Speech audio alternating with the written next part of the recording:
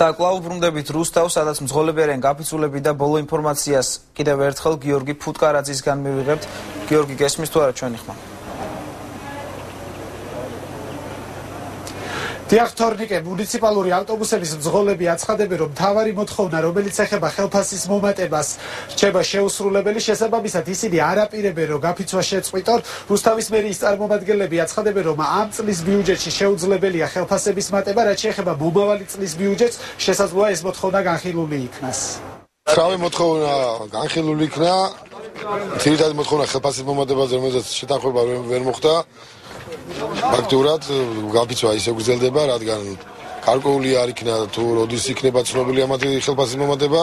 ისევ და ისევ ის პრობლემა არის, რომ ბიუჯეტი არ არის ცნობილი, თუ რამდენი იქნება ტრანსფერი რუსთავის ბიუჯეტზე, რამდენად იქნება მე მძღოლების ხელფასის მომატება მანდ გათვალისწინებული და ჯერჯერობით გადაწყვეტილება მიღებულია, რომ გაფიცვა გრძელდება და სანამ და გაგრძელდება, მაგის გადაწყვეტილებას ალბათ დღეს მიიღებს მძღოლები. ზირითადად აი 9 პუნქტიდან იყო შავი პუნქტები, რომელიც აი ჩვენისა თითქმის განხილული, მაგრამ ესეც მოგვარებელი დარჩა და აი ზირითადი რომელიც იყო ჩვენი მოთხოვნა ხელფასთან დაკავშირებით, მაგაზე დავშეთ შეუთანხმებელი. ბატონმა დავით მაჯაფარიძემ გაგვიხადა, რომ 50% ვითომ აი შეიძლება განხილვა არის ფულთან დამატებით, ხელფასთან დამატებით და ჩვენ არა ვართ მაგაზე კონკურსის თანახმები არა ვართ, 50% ისიც შეიძლება განხილოს და ისიც შეიძლება და ჩვენი ხელფასი არის 200 ლარი, ესე იგი 180 ლარი გვემატება ფაქტიურად და 280 ლარზე ახლა ფაქტიურად აქ ვერავინ ვერ იმუშავებს.